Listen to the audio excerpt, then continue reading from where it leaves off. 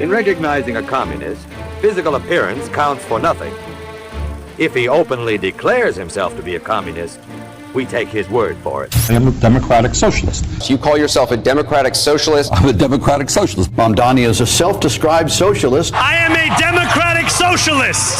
Claire Valdez, this is a candidate, again, aligned with the Democratic Socialists of America. I'm a proud democratic socialist. I identify as a democratic socialist, but I'm running as a Democrat. We will replace the frigidity of rugged individualism with the warmth of collectivism. We will prove that there is no problem too large for government to solve and no concern too small for it to care about. If a person consistently reads and advocates the views expressed in a communist publication, he may be a communist. Social media posts from Darya Avila Chevalier's old X account, including favorable references to communism, Marxist ideology, and authoritarian communist figures. As Eugene Debs once said, if a person supports organizations which reflect communist teachings, she may be a communist.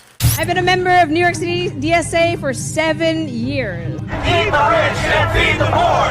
This is class war. If a person defends the activities of communist nations while consistently attacking the domestic and foreign policy of the United States, she may be a communist. Cuba has a remarkable public health system. We remember Fidel Castro, whose legacy is complex. Sort of the opposite of what the United States has. You know, when Fidel Castro came into office, you know what he did?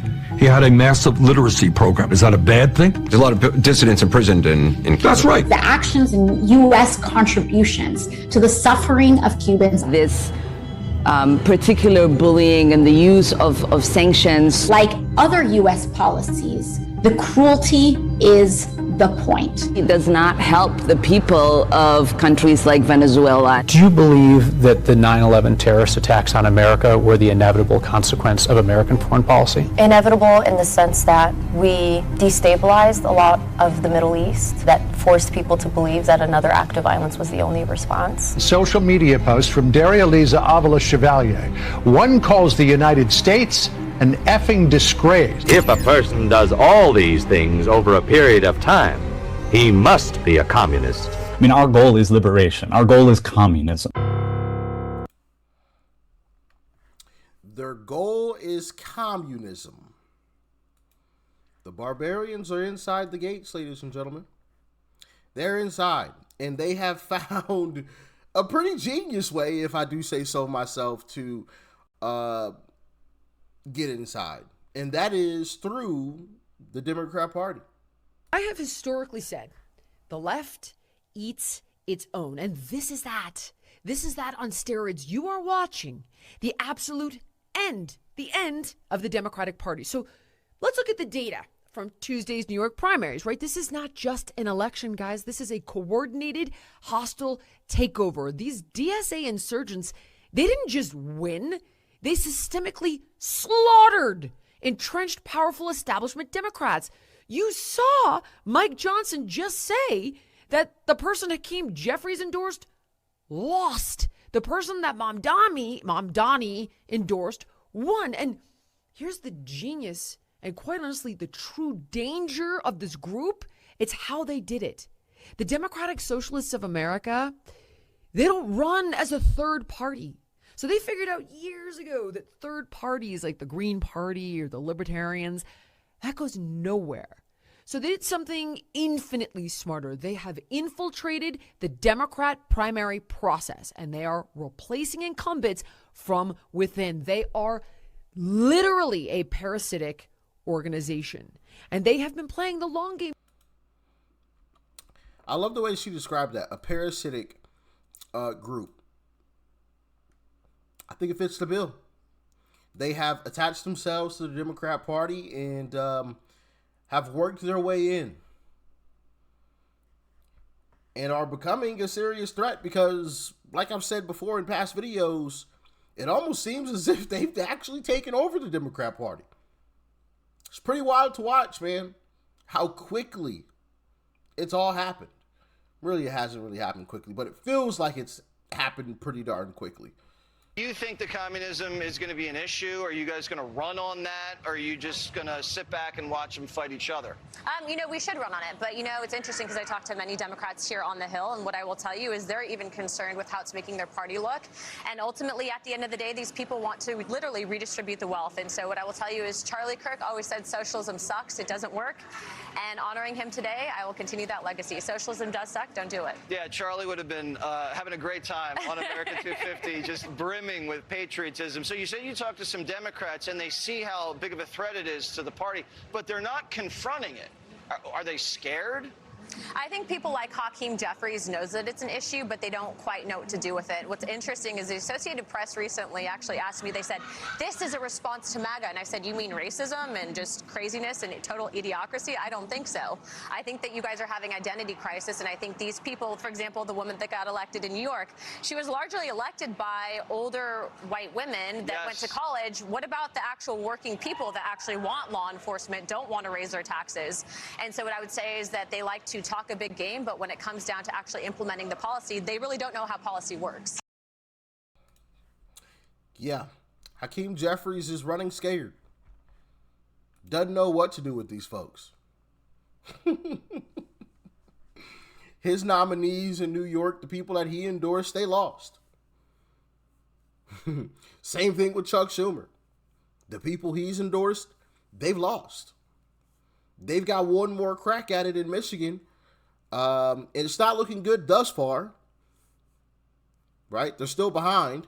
They have turned it around a little bit and tried to, start making a comeback in the polls in terms of, the establishment folks, the Hakeem Jeffries, the Chuck Schumers versus the Mamdani types. But if the election were today, the Mamdani types would win. They would beat out the establishment. We shall see how it all turns out. I believe that election is in August. Don't quote me on that, but we shall see. We shall see. Scary stuff, man. Look, I want to get the word out because what's forming is communism in the country. And communism's easy to sell. I would be the greatest communist in history. I'd be right up there with Lenin. I'd be as good as anybody. You've got free rent for the rest of your life. What they don't say is that you'll be living in squalor in 12 months. You've got the free house. Would anybody like to have a free house? We'll take it away from somebody. We'll give it to you. You'll have murders all over the place. Communism's a disaster. It's been proven to be for thousands of years under different names, but same thing. It's very important. And, it's funny. One of the reasons I do so well with Hispanic people, I set a record, Republicans. I get great numbers for the election, helped me get elected in a landslide, the Hispanics, because a lot of them came from countries that were essentially communist. Whether you call them radical socialists or communists, there's not that much, but there's a little difference. When they say social democrats, we're social democrats, it sounds so nice. It's not nice, it's a very dangerous term. So I do talk about it, and I talk about it on TikTok, and I talk about it everywhere. I talk about it here. And you're right, it has become international, but it's never worked, and it's not going to work. What is working is the United States. I mean, think of it. We have more jobs than we've ever had. People are making more money than they've ever made. I'm talking about workers now. I'm talking about workers. They're making higher salaries than they've ever made before. It's just the best system, and it's got flaws, but everything's going to have a little flaw, but it's been amazing. And when I watch what's happening, and I see these lowlifes getting, they're lowlifes. I watch them. I know good people. I know quality people. These are essentially lowlifes. And when I see what they're talking, I think they're very dangerous in many ways. And I've said it, and then I said, boy, that's a pretty big statement. Then I realized, a couple of people said, I think you're probably right. I think this country, with this thing that's going around, is in more danger than it was during World War I, World War II. If you talk about September 11th, if you talk about Pearl Harbor, that was big danger. I think the concept of us going communist, because one thing that happens when you go communist, you never come back, never comes back. You die in squalor. You die a horrible death. You die in squalor, and it gets very evil and very nasty. He's right. He's right.